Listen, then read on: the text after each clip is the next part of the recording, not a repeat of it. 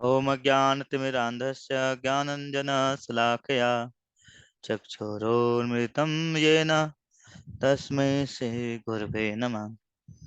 श्रीचैतन्यमनोभीष्टं स्थापितं येन भूतले स्वयं रूपः कदा मह्यं ददाति स्वपदान्तिकं। वन्देऽहं श्रीगुरो श्रीयुतपदकमलं श्रीगुरुन् वैष्णवांश्च श्रीरूपं साग्रजातं सहगण रघुनाथान्वितं तं सजीवं साद्वैतं सावधूतं परिजनसहितं कृष्णचैतन्यदेवं श्रीराधा कृष्णपादान् सहगण ललिता श्रीविशाखान्वितांश्च हे कृष्ण करुणा सिन्धु दीनबन्धो जगत्पते गोपेश गोपिका कांत राधा कांत नमस्तुते। तप्त कांचन गौरांगी राधे वृंदावनेश्वरी वृषभानुसुते देवी प्रणमामि हरिप्रिये। वाञ्छाकल्पतरुभ्यश्च कृपा सिन्धुभैव च पतितानां पावनेभ्यो वैष्णवेभ्यो नमो नमः। नमो विष्णुपदाय कृष्णपृष्ठाय भूतले श्रीमते भक्तिवेदांत स्वामिनिति नामिने। नमस्ते सारस्वते देवे गौरवाणी प्रचारिणे निर्विशेष शून्यवाद पाश्चात्य देश तारिणे। नारायणं नमस्कृत्यं नरं चैव नरोत्तमं देवीं सरस्वतीं व्यासं ततो जयं मुदीरये। नष्टप्रायेषु भद्रेषु नित्यं भागवत सेवया भगवते उत्तम श्लोके भक्ति भवते नैष्ठिकीम्। ॐ नमो भगवते वासुदेवाय। ॐ नमो भगवते वासुदेवाय। ॐ नमो भगवते वासुदेवाय। हरे कृष्णा। तो आप सभी भक्तों का मैं स्वागत करता हूँ। और इस जो महीना है बड़ा ही पवित्र महीना है, दामोदर महीना। और दामोदर महीना यानी दामोदर भगवान कृष्ण का नाम एक क्या है? दामोदर। दाम उदर। दाम मतलब होता है रस्सी। दाम मतलब क्या होता है? रस्सी। और उदर यानी पेट। उदर मतलब पेट, यानी जिनके पेट पर रस्सी बंधी हो उसको क्या बोलते हैं? दामोदर। तो ये जो महीना है इसको बोलते हैं दामोदर मास, दामोदर महीना। और इस महीने में हम लोग भागवत कथा सुन रहे हैं। ये बड़ा ही भगवान की विशेष अनुकंपा है, विशेष कृपा है। इस भागवत को हम लोग रोज सुन पा रहे हैं, रोज जान पा रहे हैं। तो आज हम लोग श्रीमद् भागवतम का दूसरा स्कंद का चौथा अध्याय शुरू करेंगे, क्योंकि पिछला जो हम लोग ने अध्ययन किया था दूसरा स्कंद का तीसरा अध्याय हम लोग चर्चा किए थे। और ये काफी विस्तार पूर्वक चर्चा हो रहा है। अब यहाँ पर बड़ा ही सुंदर वर्णन आएगा। आप सभी लोग को जान करके सुन करके बड़ा हृदय में आनंद आएगा, बहुत ही आनंद आएगा। क्या कि कैसे अब आगे क्या होगा? सृष्टि के बारे में वर्णन किया जाएगा। सृष्टि का कैसे निर्माण हुआ, सृष्टि कैसे आगे बढ़ी, इसके बारे में बड़े विस्तार से हम लोग अब चर्चाएं शुरू होंगी। तो इसको हम लोग आगे चर्चा करते हैं, शुरू करते हैं। ठीक है। या इस अध्याय का नाम है सृष्टि का प्रक्रम, यानी सृष्टि कैसे बनी, इसका शुरुआत कहाँ से हुआ, इसमें हम लोग थोड़ा सा बैकग्राउंड जानने का प्रयास करें। तो यहाँ बता रहे श्री सुत वाच वयासके इति वचस्त तत्व निश्चित आत्मना उपधार्यामतिर्कृष्ण औतरे सतिम धा व्यधात। बता रहे हैं क्या बता है, बड़ा सुंदर बता रहे हैं। सुत गोस्वामी ने कहा, किसने बोला? सुत गोस्वामी। तो ये दो लोग को हमेशा यहाँ पर हमेशा वर्ण आएगा, तीन चार नाम हमेशा आएगा। क्या आएगा? सुत गोस्वामी नाम आएगा, और दूसरा नाम आएगा सुखदेव गोस्वामी आएगा। तो दोनों में लोगों में कभी कंफ्यूज मत होना, हम लोग दोनों लोगों में कभी कंफ्यूज मत होना। सुत गोस्वामी, सुत गोस्वामी कौन है?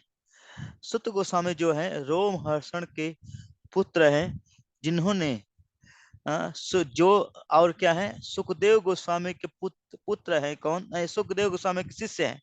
कौन? सुत गोस्वामी। और बड़े ही विद्वान थे। इनको सुखदेव गोस्वामी ने आज्ञा दिया था कि जाकर आप श्रीमद् भागवतम सुनाइएगा। तो यहाँ बता रहे सुत गोस्वामी ने कहा, क्या कहा? सुखदेव गोस्वामी से आत्मा के विषय में बातें सुनकर उत्तरा के पुत्र महाराज परीक्षित ने आस्था पूर्वक उनका ध्यान परीक्षित ने अपना ध्यान आस्था पूर्वक अपना ध्यान भगवान कृष्ण में लगाया।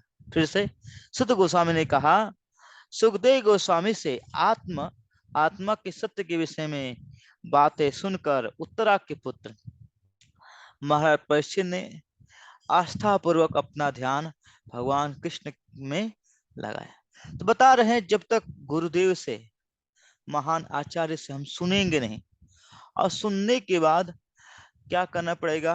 सुनने के बाद कीर्तन, श्रवण, कीर्तन, और तीसरा क्या है? स्मरण। तो जब तक तीनों ये कार्य नहीं होगा, हमारा भगवान में जो लगन है, प्रेम है, वो नहीं बढ़ेगा। और श्रवण कीर्तन के बाद स्मरण जरूर होना चाहिए। मतलब भगवान की कथाएं सुन करके भगवान ने ये लीलाएं क्यों की, स्मरण करना पड़ेगा। कैसे किया, क्यों किया, ऐसा होता तो क्या होता, ऐसा होता तो क्या होता, ये चिंतन करना चाहिए।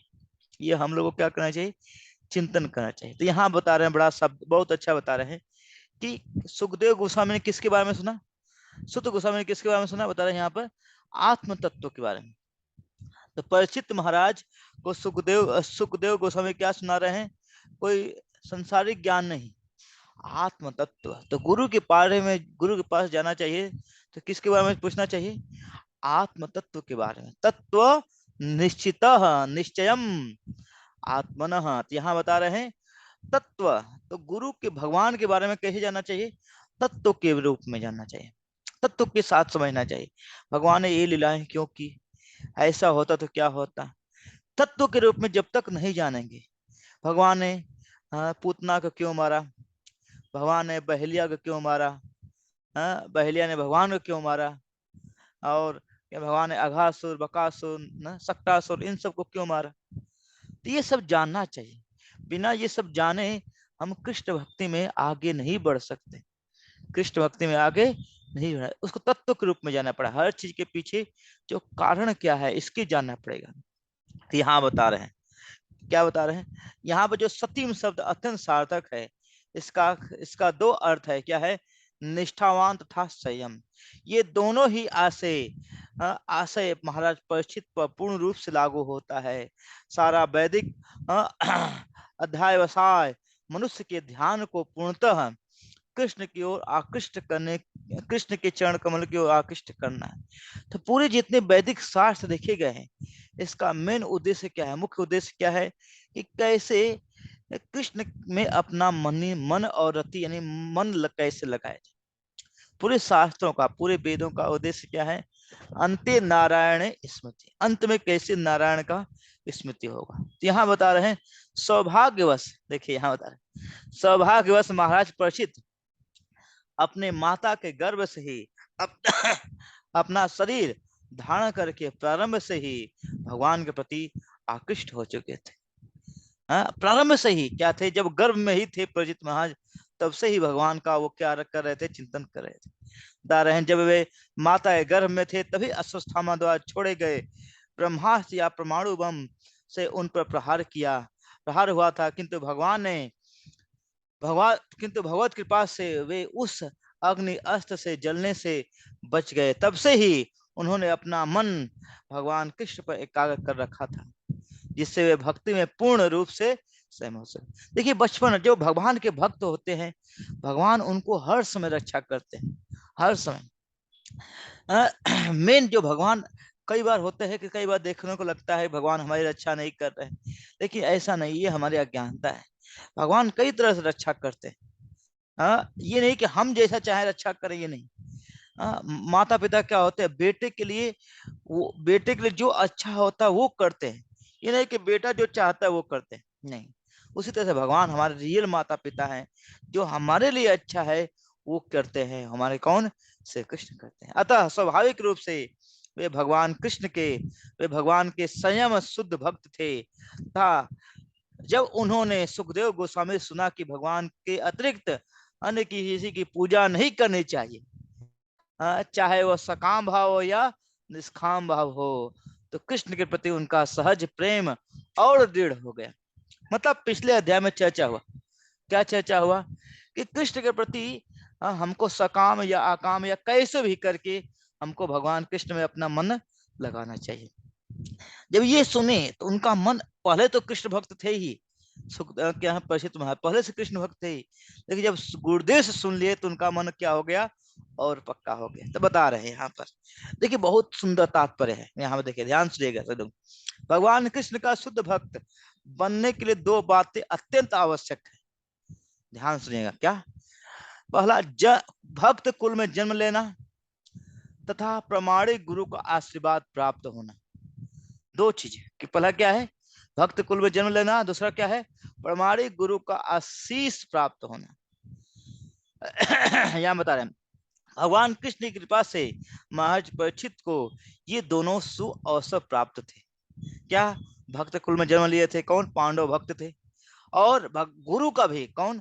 सुखदेव गोस्वामी का परीक्षित महाराज विशेष कृपा थी, दोनों मिल गए थे। बता रहे हैं जैसे वे पांडव जैसे कुल परिवार में जन्म हुए थे, और बता रहे हैं कि भगवान ने पांडव वंश को बनाए रखने था, उस पर विशेष कृपा दिखाने के लिए परीक्षित महाराज को बचा लिया, जिन्हें बाद में ब्राह्मण बालक ने श्राप दिया, और फिर सुखदेव गोस्वामी जैसे गुरु का सानिध्य प्राप्त हुआ। बता रहे हैं यहाँ पर चेतन चेतावनी में कहा गया है, गुरु तथा कृष्ण की कृपा से ही भाग्यशाली व्यक्ति को ही भक्ति का मार्ग प्राप्त होता है, सबसे नहीं। गुरु कृष्ण प्रसादे पाए भक्ति लता बीज। गुरु और कृष्ण दोनों का जब कृपा प्राप्त होता है, तब क्या होता है, किसी को भक्ति मिलती है। ऐसे नहीं मिलेगा, सबको नहीं मिलती। ये नहीं कि मैं चाहूं तो अपने मन से भक्ति प्राप्त कर लूं, नहीं। गुरु की कृपा से भक्ति क्या होती है, एक व्यक्ति को प्राप्त होती है। बता रहे हैं कि यह परीक्षित महाराज पर ही लागू होता है। भक्त कुल में जन्म लेने के कारण से वे स्वतः कृष्ण के संपर्क में आ गए। तो बहुत भाग्यशाली जब कोई होता है, तो किसी को मतलब पुण्य जब बहुत, मतलब उसको विशेष कृपा जब होती है भगवान की, तो क्या होता है, वो भक्त परिवार में जन्म लेता है। और जब विशेष कृपा हो गई तो उसको गुरु मिलता है। बता रहे हैं इस तरह से भगवान का निरंतर स्मरण करते रहे, कौन? परीक्षित महाराज। फलस्वरूप भगवान कृष्ण ने उन्हें भगवान के सोच भक्त तथा आत्मज्ञान के पूर्ण सुखदेव गोस्वामी से परिचय करा दिया। बाद में वो क्या हुआ, वो क्या हुए, उनके गुरु बने। तो जब भगवान पर पूर्ण निष्ठा होगी, जब हमारे पूर्ण भगवान पर निष्ठा होगी, तो क्या करते हैं, भगवान हम पर विशेष कृपा करके हमको क्या करते हैं, अपनी भक्ति में जोड़ते हैं। अब देखिए यहाँ बड़ा सुंदर, बहुत सुंदर चर्चा कर रहे हैं, बड़ा अच्छा बता रहे हैं। क्या बता रहे हैं, कौन? सुत गोस्वामी बता रहे हैं। क्या? आत्मजया सुतगार सुतागार पशु द्रविणी बंधुसु राजे चा विकले नित्यम विरुड़ा ममता जय। बता रहे हैं भगवान कृष्ण के प्रति, कौन बता रहे हैं? सुत गोस्वामी बता रहे हैं। क्या? भगवान कृष्ण के प्रति एक निष्ठ आकर्षण के फलस्वरूप, मतलब परीक्षित महाराज को भगवान कृष्ण पर, भगवान कृष्ण के अलावा किसी और को सोचते ही नहीं थे, एक निष्ठ थे। नहीं, भगवान के अलावा कुछ और नहीं सोचना, उसको क्या बोलते हैं, एक निष्ठ भक्त। भगवान की सेवा, भगवान का खेले, भगवान के ही कार्य सोचना। बता रहे हैं परीक्षित महाराज ने, जब एक निष्ठ होता है भक्त, तो क्या होता है, परीक्षित महाराज ने अपने निजी, क्या निजी शरीर, आत्म मतलब अपने शरीर से, जाया मतलब पत्नी से, सुत मतलब पुत्र से, आगार सुतागार मतलब राजमहल से, पशु मतलब हाथी घोड़े से, द्रविण मतलब खजाना से, बंधुसु बंधुसु मतलब अपने मित्र बंधुओं से, राज्य मतलब राज्य से। आ, बता रहे हैं इस जितने राज्य तथा सगे संबंधित थे सबके प्रति ममता क्या कर दी, त्याग दी। कैसे त्याग दी? परीक्षित महाराज ने ये सब ममता कैसे त्याग दी? तो ये कृपा किसके कारण से हुआ? गुरु और कृष्ण की कृपा से। जब तक ये आकर्षण, देखिए यहाँ पर आकर्षण का रूप क्या है? 5 तरह के आकर्षण होते हैं हर व्यक्ति को। 5 तरह के, हर व्यक्ति को इस संसार में जो बंधन होता है, 5 तरह के बंधन क्या होते हैं? बांधते हैं। पहला क्या? जो ये आत्मा, जो अपनी अपनी शरीर की ही आसक्ति क्या होती है उस व्यक्ति को बांधती है। सबसे फर्स्ट सबसे फर्स्ट आकर्षण क्या होता है? आत्मा, अपने आप को शरीर मानना। ये जो अपने शरीर, सबसे बड़ा आकर्षण क्या होता है? जब तक जीवात्मा अपने आप को शरीर मानेगा तो वो सबसे बड़ा आकर्षण। दूसरा आकर्षण का विस्तार, अटैचमेंट, आकर्षण का विस्तार क्या होता है? पत्नी के रूप में होता है। तीसरा आकर्षण का विस्तार किसमें होता है? पुत्र के रूप में होता है। चौथा आकर्षण का विस्तार किसमें होता है? महल, महल के रूप में होता है। और क्या नाम है? और पांचवा जो आकर्षण का विस्तार होता है क्या होता है? धन दौलत, घोड़े, खजाना, ये सब होता है। और छठा जो क्या होता है, जो आकर्षण होता है, विशेष तौर से जो आकर्षण होता है, वो छठा आकर्षण बताया गया है क्या है? अपने मित्रों के प्रति, अपने सगे संबंधियों के प्रति। ये सब आकर्षण, 6 प्रकार का आकर्षण होते हैं, सही लोग नोट कीजिएगा। पहला आकर्षण क्या है? शरीर के प्रति। दूसरा आकर्षण पत्नी के प्रति। तीसरा आकर्षण अपने पुत्र के प्रति। चौथा चौथा आकर्षण क्या होता है? अपने राजमहल के प्रति, राजमहल के प्रति होता है। पांचवा आकर्षण होता है जो घोड़े हैं, गाड़ी है, ये सब जो है उसके प्रति आकर्षण होता है। और छठा आकर्षण होता है अपने सगे संबंधियों के प्रति। लेकिन भगवान के प्रति एक निष्ठ भाव होने के कारण से, और परीक्षित महाराज जो थे सुखदेव गोस्वामी से सुनने के कारण से, वो क्या हुए? समस्त प्रकार की ममता को क्या कर दिए? त्याग दिए। जब जब जैसे जब कोई प्रमाणिक गुरु मिलता है, जब जब प्रमाणिक गुरु मिलता है तो क्या होता है? हृदय में ज्ञान का ज्योति जलाता है। क्या बोलते हैं ना? तमसो माँ ज्योतिर्गमय, मृत्यु माँ अमृतम गमय। तमसो, तो ये संसार क्या है? तमस है। ये संसार क्या है? तमस। तमस मतलब, तमस का विस्तार क्या होता है? सबसे बड़ा तमस क्या है? मैं ये शरीर हूं, सबसे बड़ा तमस। जो ये मानता है मैं ये शरीर हूं, वो व्यक्ति सबसे बड़ा अज्ञानता में है। तो इस तमस से बाहर निकलना होता है। और फिर क्या दूसरा दूसरा तमस क्या होता है? पत्नी को अपना समझना, मेरी पत्नी है। अरे पत्नी, ये सोचना चाहिए सब कुछ भगवान का है। पुत्र, वो सोचना चाहिए वो भगवान का पुत्र है। ये जो राजमहल है वो भगवान का है। जो जो जो क्या नाम है कि ये धन दौलत है वो भगवान का है। ये जो क्या नाम है, जो सगे संबंधी वो सब भगवान के हैं। तो जब तक ये भगवान के बारे में नहीं सोचेंगे, ये आकर्षण हम लोग को क्या होगा? बांध देगा। नहीं तो क्या होगा? बुढ़ापे में जब हम शरीर छोड़ेंगे ना, तो हमको ये आकर्षण याद आएगा। जब ये आकर्षण याद आएंगे तो क्या होगा? हम इसी में, इसी के ममत्व में, इसके ममत्व के प्रति क्या करना? आसक्त हो जाएंगे। तो यहाँ पे एक शब्द बड़ा इंपॉर्टेंट है, मैं दिखाता हूं।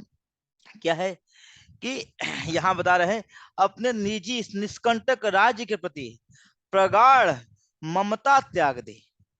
मतलब अटैचमेंट, क्या त्याग दिया? अटैचमेंट त्याग दिया। आसक्ति।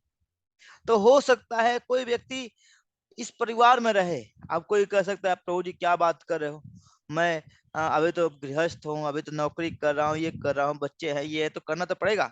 हाँ करना है, लेकिन हम सब लोग को भी उसके प्रति ममत्व मतलब आसक्ति को धीरे धीरे क्या करना है? त्यागना है।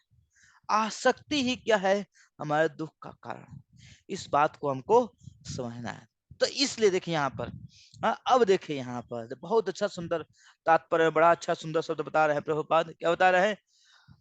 मुक्त होने का अर्थ है देहात्म बुद्धि से स्वतंत्र होना। क्या देहात्म बुद्धि मतलब देह आत्मा, देहात्म मतलब दो शब्द से मिला है।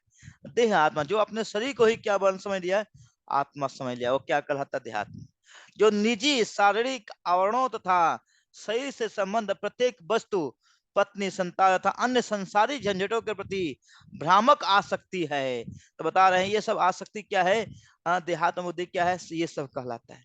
बता रहे हैं मनुष्य अपने शारीरिक आराम के लिए पत्नी का चयन करता है।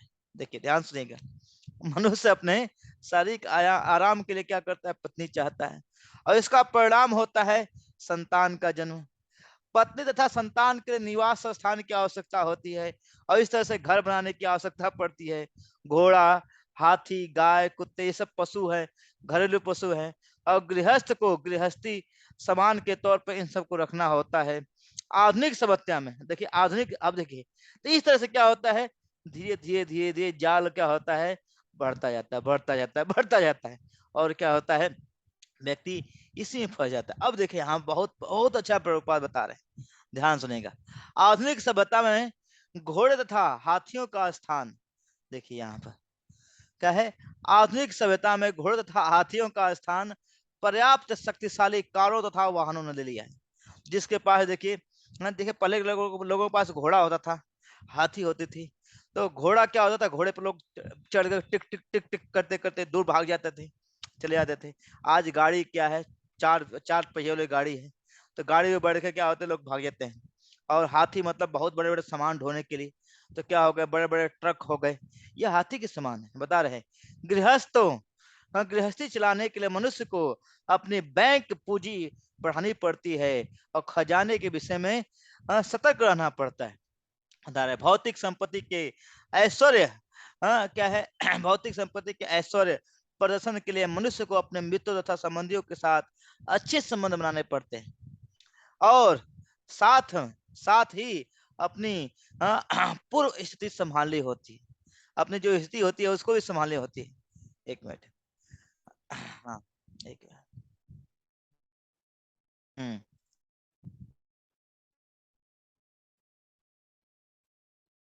हरे कृष्ण, हरे कृष्ण, हरे कृष्ण। हाँ, तो यहाँ बता रहे भगवान, हाँ, भगवान की भक्ति का अर्थ है, देखिए।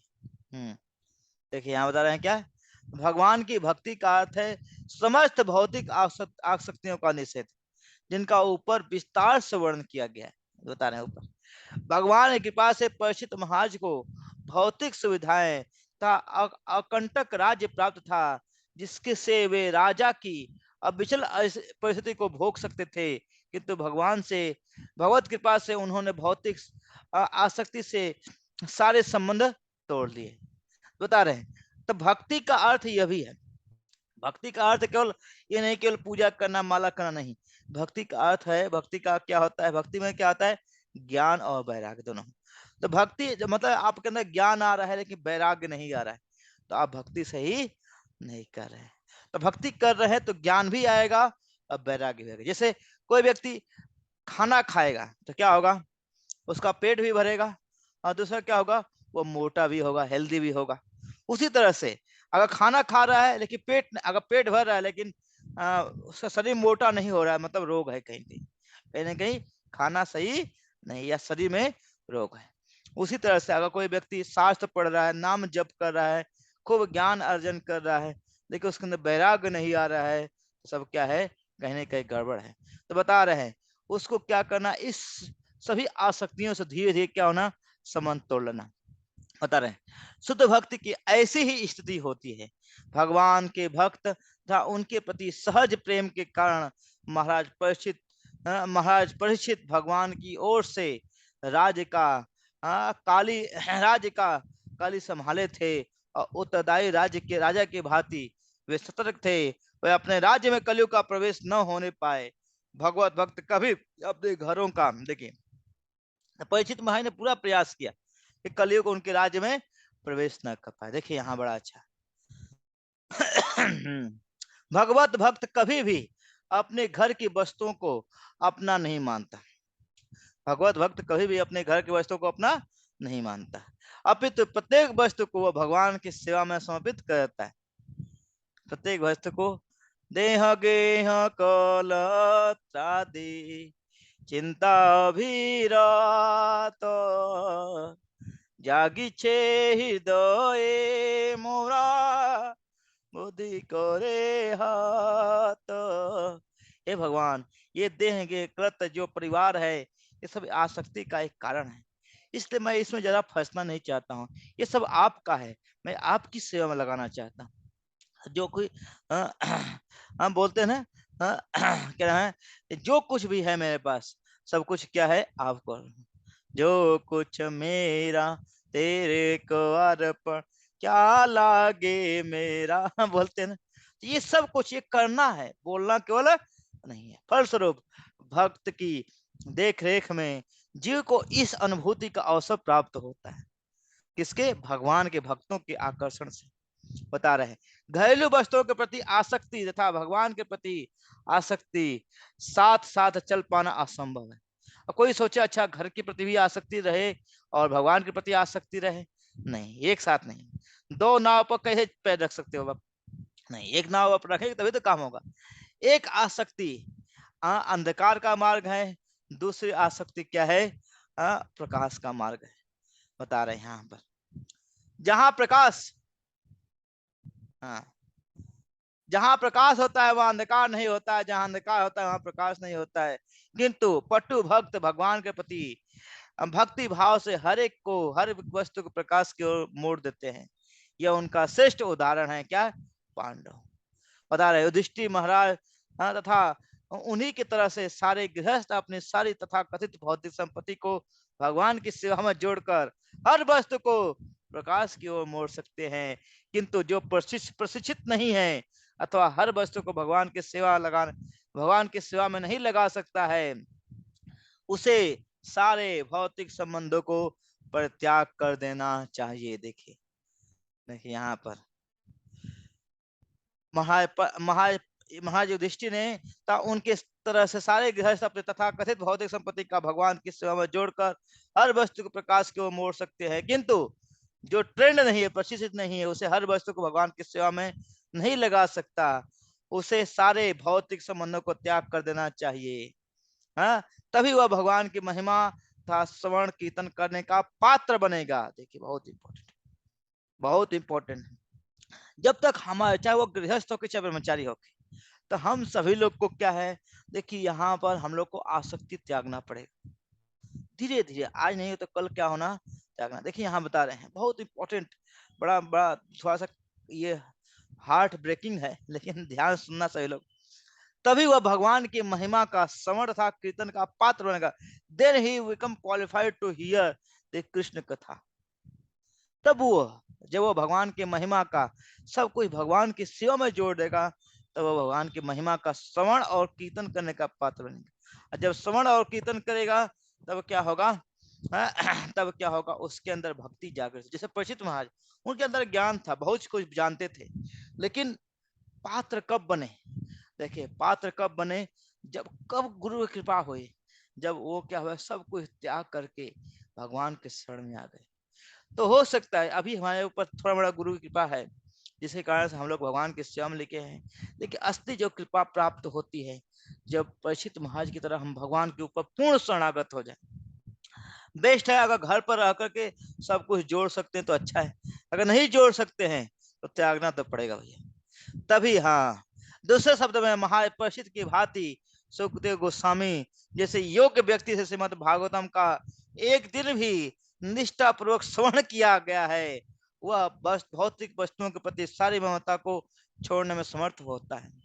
महाराज परिषद का अनुकरण मात्र करके पेशेवर व्यक्ति से भागवत का 700 वर्षों तक श्रवण करने से भी कोई लाभ नहीं होता। मतलब जो परीक्षित महाराज जैसे, सुखदेव गोस्वामी जैसे योग्य भागवत से भगवत कथा सुनेंगे, तभी आपके अंदर कृष्ण भक्ति जागृत होगी। नहीं तो टीवी वालों से सुनोगे, अगर आप टीवी वालों से सुनेंगे तो आपके अंदर कृष्ण भक्ति जागृत नहीं होगी, भले ही 700 सालों तक सुनते रहिए। अगर शुद्ध भक्त से, जिसके अंदर वैराग्य है, जिसके अंदर भक्ति है, उनसे सीखोगे तो क्या कहेगा, धीरे धीरे संसार को त्यागो। और त्याग करके ये नहीं कि अपना मेरे मुझको मुझको दे दो, नहीं, भगवान को दो, भगवान की सेवा में लगाओ।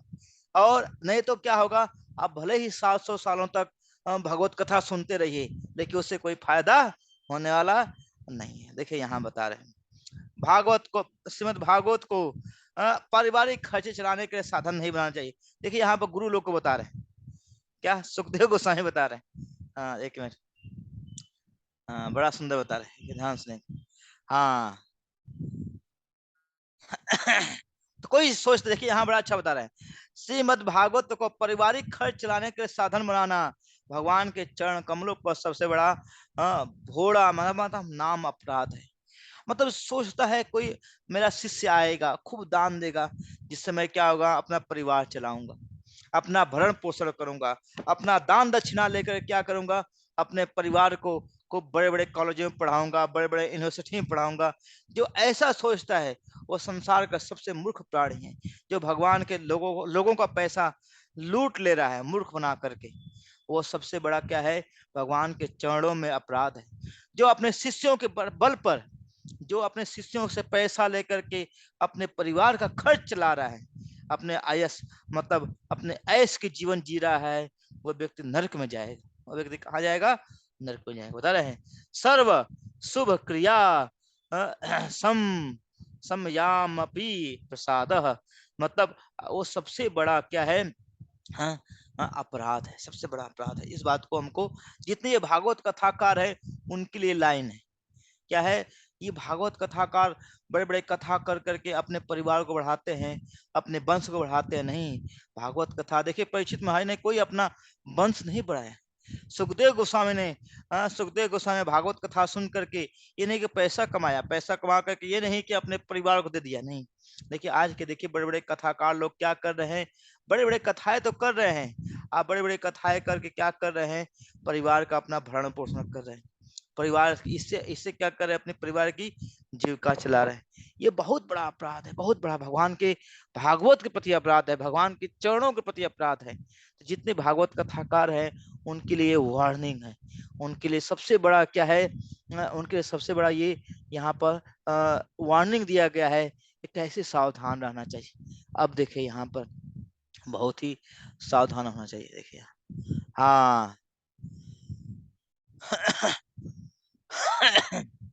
बता रहे प्रच्छन्नं च इदम् एवमार्थं जन्मार्थ पृच्छतं सततमा कृष्णानुभाव श्रवणे सद्धानो महामना संस्थाभिज्ञाय संन्यास्य कर्मत्रयवर्गिकं च यत् वासुदेव भगवती आत्मा भाव दृढ़गत। बता रहे हैं, हे महर्षियों, हे महात्मा, हे हे महर्षियों, हे महात्मा, परीक्षित ने महात्मा महाराज, देखिए यहाँ बड़ा अच्छा शब्द बताया गया है, परीक्षित महाराज को भी महात्मा बोला जा रहा है, क्योंकि अपना सब कुछ त्याग करके क्या नाम है, भगवान की सेवा में लगे हैं, तो वो महात्मा कहलाता है। देखिए होता है, भगवान कृष्ण के विचार में निरंतर लीन रहते हुए अपने मृत्यु को आसन्न जानकर सारे सकाम कर्म अर्थात धर्म के कार्य, आर्थिक विकास तथा इंद्र तृप्ति त्याग दिया और कृष्ण के लिए सहज प्रेम में अपने को दृढ़ता से स्थिर कर लिया। तब उन्होंने इन सारे प्रश्नों को उसी तरह से पूछा जिस तरह से तुम सब मुझसे पूछ रहे हो। देखिए बड़ा अच्छा बता रहे हैं कि कौन श्रवण करने का योग्य है, कौन भागवत कथा सुन सकता है। अगर भागवत कथा सुनते समय परिवार की, संसार की, स्त्री की, घर की, भोग की चिंता आ रही है, तो कृष्ण कथा सुन नहीं पाएंगे, आपके अंदर काम ही नहीं करेगा।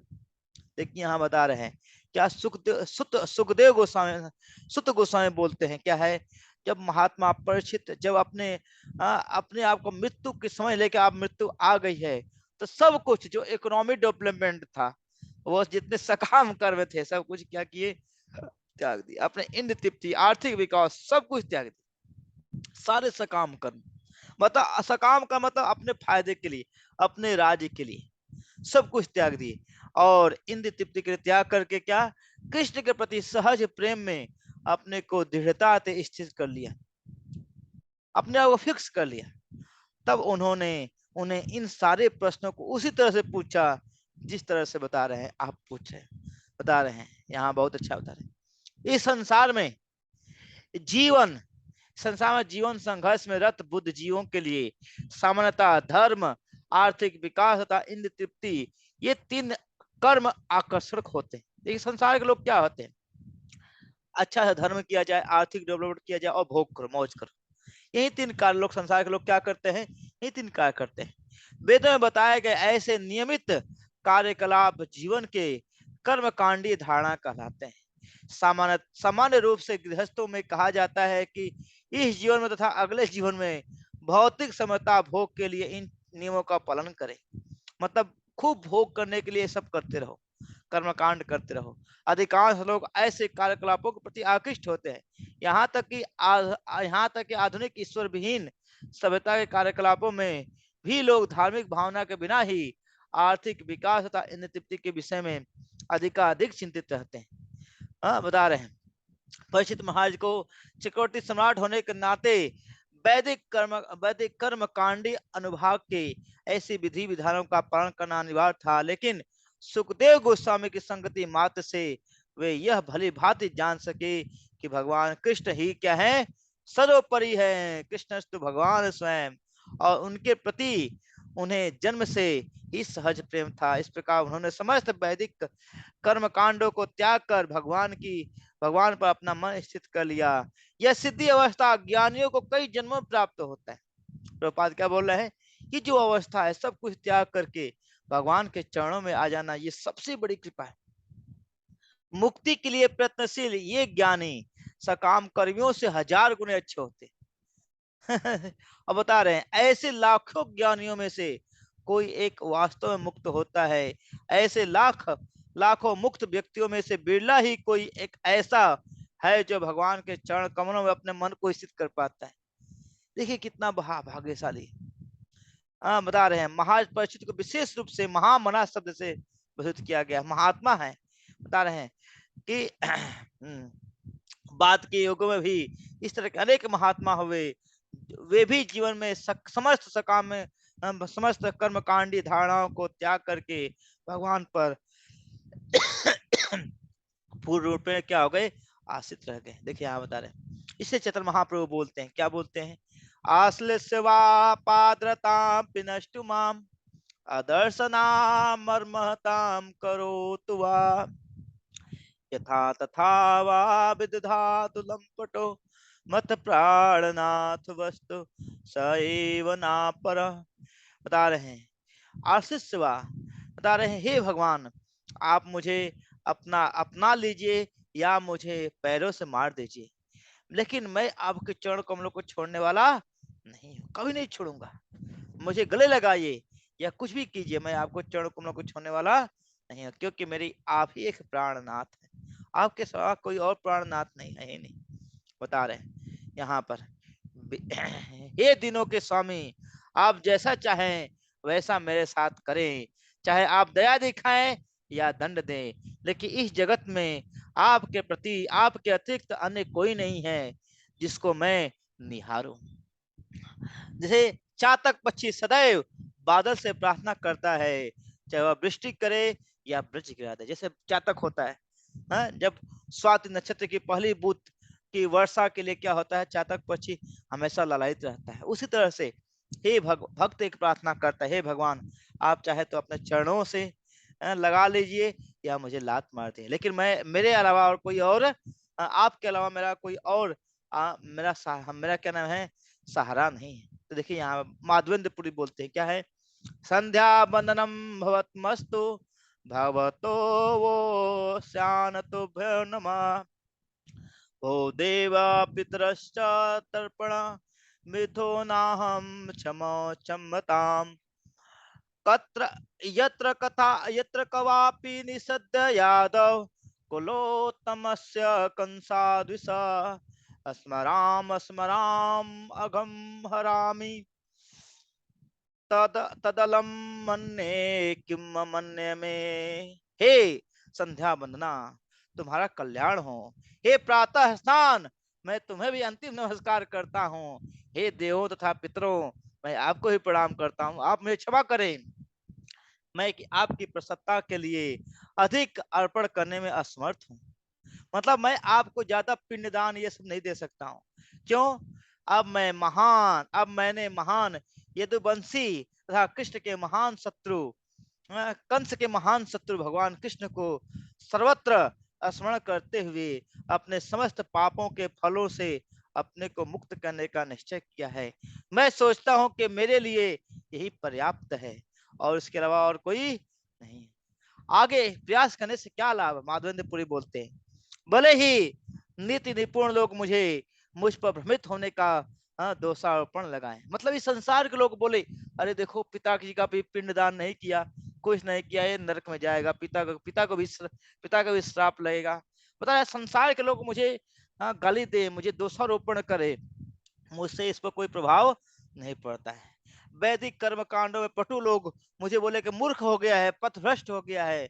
मेरे सगे संबंधित मुझे हताश कर दे, मुझे गाली दे दे, मेरे भाई मुझे मूर्ख कहें, धनवान लोग मुझे पागल कहकर अंगुली उठाएं, विद्वान लोग भी मुझे अत्यंत दम्भी, बहुत बहुत घमंडी बोले, तो भी मेरा मन गोविंद के चरण कमलों की सेवा में संकल्प में रंच मात्र भी हटता नहीं है। यद्यपि मैं ऐसा करने में असमर्थ हूँ, मैं हटता ही नहीं मन। मैं कैसे करूं? मैं अपने मन को कैसे हटाऊं? ऐसी दागी लगन मीरा हो गई मगन, वो तो गली गली गली हरि गुण गाने लगी।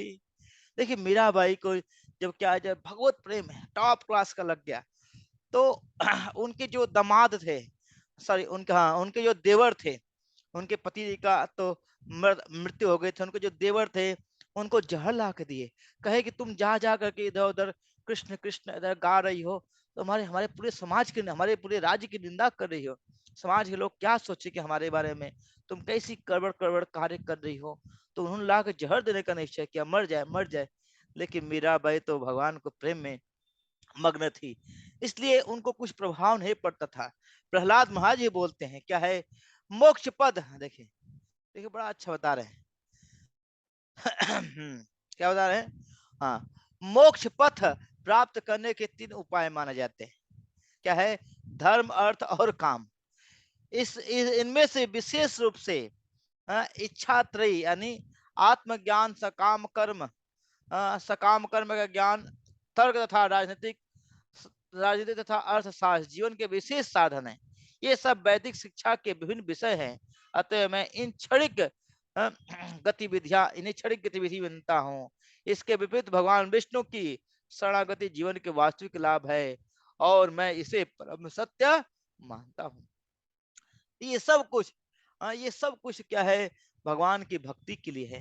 तो हमको सब कुछ को क्या करना चाहिए? भगवान सब छोड़ करके, अतः महाराज परीक्षित बिल्कुल सही थे जब उन्होंने जीवन के समस्त कर्मकांडी धारणाओं को त्याग कर भगवान के चरण कमलों को दृढ़ता से अपना लिए। अब ध्यान सुनिएगा, बड़ा सुंदर यहाँ पर वर्णन आ रहा है। क्या बता रहे हैं? राजोवाच समीचीन वच ब्रह्मन् सर्वज्ञनस्तवानघ तमो विनिर्यसमहं हरे कथश्च कथयत कथाम। बता रहे हैं, महाराज परीक्षित ने कहा, हे विद्वान ब्राह्मण ने, हे सुखदेव गोस्वामी, आप क्या है भौतिक दूषण से रहित होने के कारण सब कुछ जानते हैं। क्योंकि परीक्षित महाराज क्या थे, सॉरी सुखदेव गोस्वामी क्या थे? समस्त प्रकार के काम क्रोध लोभ मोह मद मत्सर्य से क्या थे? मुक्त थे। अतः बोलते हैं, अतः आपने मुझसे जो कहा वह पूर्ण रूप से उचित प्रतीत होता है। बहुत अच्छा आपने बताया। आपकी बातें क्रमशः मेरी अज्ञान रूपी अंधकार को दूर कर रहा है। देखिए खाने के बाद क्या होता है? पेट भरेगा ना, उसी तरह से जब ज्ञान का जब परीक्षित महाराज सुखदेव गोस्वामी से सुन रहे हैं तो उनको बड़ा ही आनंद का अनुभव हो रहा है, क्योंकि आप भगवान की कथाएं कह रहे हैं। हाँ देखिए यहाँ बड़ा अच्छा हाँ देखिए यहाँ बड़ा अच्छा बता रहे हैं। यहाँ परीक्षित महाराज को व्यवहारिक अनुभव का उद्घाटन हुआ। व्यवहारिक अनुभव का उद्घाटन हुआ। इससे पता चलता है कि भगवान की कथाएं दिव्य भगवान की दिव्य कथाएं जब भौतिकता से रहित व्यक्ति से एक निष्ठावान भक्त को प्राप्त होता है तो वे इंजेक्शन के समान प्रभाव दिखाते हैं। देखिए क्या बता रहे हैं, ध्यान सुनेगा। हाँ क्या भगवान की कथाएं, भगवान की दिव्य कथा, देखिए भगवान की दिव्य कथाएं जब भौतिकता से रहित एक निष्ठावान भक्त यानी भगवान निष्ठावान भक्त को प्राप्त होता है तो वो इंजेक्शन के समान प्रभाव दिखाता है, तुरंत दिखाएगा प्रभाव। दूसरे शब्द में जब पेशावर लोगों से भगवत की कथाएं कर्मकांडी स्रोत द्वारा सुनी जाती है, वो ऊपर से कहे गए चमत्कारी ढंग से कार्य नहीं करती है। भगवान की कथाओं का भक्तिमय श्रवण सामान्य श्रोताओं के सुनने जैसा नहीं होता है, अतः निष्ठावान श्रोता इसका प्रभाव तभी अनुभव कर पाएगा जब अज्ञान का तिरोधान होता है। देखिए यहाँ बता रहे, बड़ा अच्छा बता रहे। यस देवे परा भक्ति यथा देवे तथा गुरु तस्य ते कथिता ही अर्थ प्रकाशन्ते महात्मना। बड़ा अच्छा बता रहे। जब जब बता रहे यस देव परा भक्ति, जिस व्यक्ति को अपने गुरु पर, ये बहुत ही इंपॉर्टेंट श्लोक है, इस विश्वनाथ चक्रवर्ती ठाकुर बार बार कोट करते हैं। क्या है, इस स्वतः उपनिषद में बताया गया है। यह सदैव जिसको अपने गुरु पर, अपने जो आपके शिक्षा गुरु है, दीक्षा गुरु है, पूर्ण विश्वास होता है और कृष्ण में पूर्ण विश्वास होता है, उसके हृदय में शास्त्रों का ज्ञान प्रकाशित होता है और किसी को नहीं। बता रहे जब भूखे व्यक्ति को भोजन दिया जाता है तो उसकी भूख शांत हो जाती है, साथ ही भोजन का आनंद प्राप्त होता है। उसी तरह से इस तरह उसे यह पूछने की आवश्यकता नहीं रह जाती कि वास्तव में उसे भोजन मिला या नहीं। भगवान श्रीमद् भागवतम के सुनने की अग्नि परीक्षा यह है कि मनुष्य को निश्चयात्मक प्रकाश प्राप्त हुआ या नहीं। बता रहे हैं। अपरिचित महाराज पूछते, क्या पूछते हैं, मैं आपसे यह जानना चाहता हूं कि भगवान किस प्रकार, ध्यान सुनेगा, भगवान किस प्रकार अपनी निजी शक्तियों से इस रूप में, निजी शक्तियों से इस रूप में इस दिव्य ब्रह्मांड को सृजन करते हैं जो बड़े से बड़े देवताओं के लिए भी क्या है, अचिंत्य है। मतलब मैं भगवान के बारे में, इस संसार का क्रिएशन कैसे करते हैं, इस ब्रह्मांड का सृष्टि कैसे करते हैं अपनी शक्तियों से, जिसको बड़े से बड़े लोग भी नहीं समझ पाते हैं, समझ नहीं पाएंगे, इसके बारे में बता नहीं पाएंगे। थोड़ा सा हमको उसके बारे में बताइए। बता रहे, हाँ क्या बता रहे,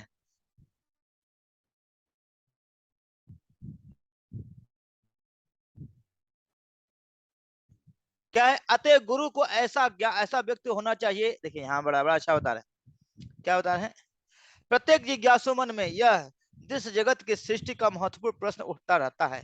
अतः परीक्षित महाराज जैसे व्यक्ति द्वारा इस तरह का प्रश्न असामान्य नहीं था, क्योंकि उन्होंने अपने गुरु से भगवान के सारे कार्यकलाप समझने थे। हमें प्रत्येक अपरिचित वस्तु को किसी विद्वान से जानने या पूछना होता है। सृष्टि का प्रश्न भी ऐसा ही है जिससे सही व्यक्ति से पूछना चाहिए। अतः गुरु को ऐसा व्यक्ति होना चाहिए जो सर्वज्ञ हो, जैसे कि यहाँ पर सुखदेव गोस्वामी के विषय में कहा गया है। इस तरह से ईश्वर संबंधी सारे प्रश्न जो शिष्य को ज्ञात न हो, योग गुरु से पूछे जाने चाहिए। यहाँ पर प्रसिद्ध महाराज इसका व्यवहारिक उदाहरण प्रस्तुत कर रहे हैं, किंतु प्रसिद्ध महाराज को यह पहले से ज्ञात था कि दिखाई गई प्रत्येक वस्तु भगवान की शक्ति है। देखिए यहाँ पर, हाँ अब हम आगे चलते हैं थोड़ा सा, बहुत बड़ा तात्पर्य। हाँ अब बता रहे हैं, क्या पूछते हैं, यथा गोपायति विभु यथा यच्छे संसचते पुनः यम यम शक्तिम उपाश्रित्य पुरो शक्ति पर पुमान। बता रहे आत्मानां आत्मा आत्मानां क्रीडयन् क्रीडयन् करो करोति विकरोति च। बता रहे हैं, कृपया बताइए कि सर्वशक्तिमान परमेश्वर किस तरह अपनी विभिन्न शक्तियों तथा विभिन्न अंशों को इस व्यवहार जगत के पालन करने में लगाते हैं और खिलाड़ी की तरह फिर से समेट लेते हैं। तो यहाँ बड़ा अच्छा प्रश्न पूछे हैं कि भगवान कैसे इस संसार को अपने शक्तियों के द्वारा या अन्य लोगों को इस संसार में लगाते हैं। फिर जैसा एक खिलाड़ी होता है, ये बच्चा होता है, खेल खेल खेलता है, फिर लास्ट में सब कुछ समेट कर खत्म करता है। उसी तरह भगवान कैसे संसार को सब कुछ समाप्त करते हैं, इसके बारे में पूछना चाहते हैं। अब देखिए बड़ा अच्छा बता रहे हैं, पूछ रहे हैं कौन? परीक्षित महाराज पूछते हैं क्या? नूनम भगवतो ब्रह्मन हरेर अद्भुत कर्मणा दुर्विभाव्यम इव आभाति किवभीश्चापि चेष्टितम। हे विद्वान ब्राह्मण, भगवान के दिव्य कार्यकलाप अद्भुत हैं और वे अचिंत्य प्रतीत होते हैं, क्योंकि अनेक विद्वानों के अनेक प्रयास भी उन्हें समझने में अपर्याप्त सिद्ध होते हैं। बता रहे भगवान के क्या है, देखिए यहाँ पर भगवान का क्या क्या क्या है, भगवान के कार्यकलाप बड़े ही अद्भुत हैं। देखिए यहाँ पर यह कल्पना, ये यदि यह कल्पना करे कि भौतिक जगत उनकी शक्ति का एक अंश प्रदर्शन है, तो फिर शेष तीन अंश, तीन चौथाई वैकुंठ जगत है। इसका वर्णन भगवत गीता में मद भक्ताम तथा सनातन के रूप में वर्णन हुआ है। यहाँ बता रहे, बड़ा अच्छा बता रहे हैं।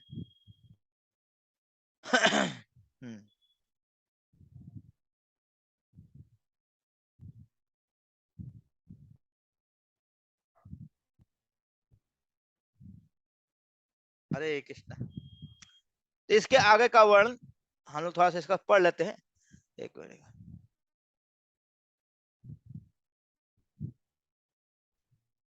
हाँ,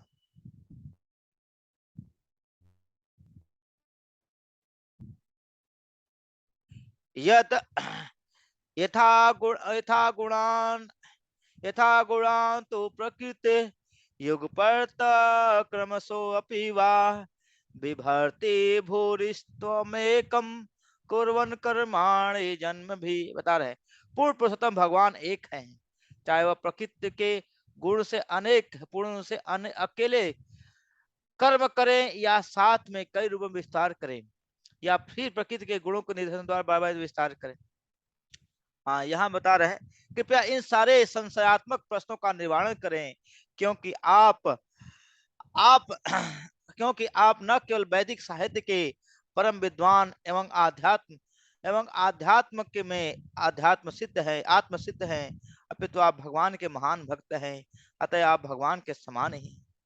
यहाँ बड़ा अच्छा बता रहे हैं भगवान के कार्यकलापों का, भगवान का वर्णन कीजिए, सही से पूरा अच्छे से वर्णन कीजिए।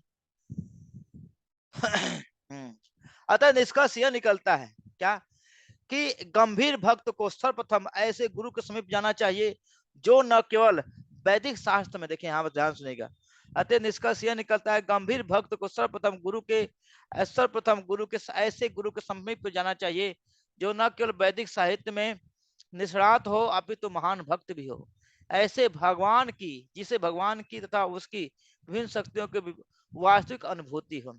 ऐसे गुरु, ऐसे भक्त, गुरु की सहायता के बिना कोई भगवान की आध्यात्म विज्ञान में प्रगति नहीं कर सकता है। सुखदेव गोस्वामी जैसे प्रमाणिक गुरु न केवल भगवान के अंतरंगा शक्तियों के विषय में बताते हैं, अभी तो यही बता सकते हैं किस तरह से बहिरंगा शक्ति के साथ रहते हैं। बता रहे, बड़ा अच्छा बता रहे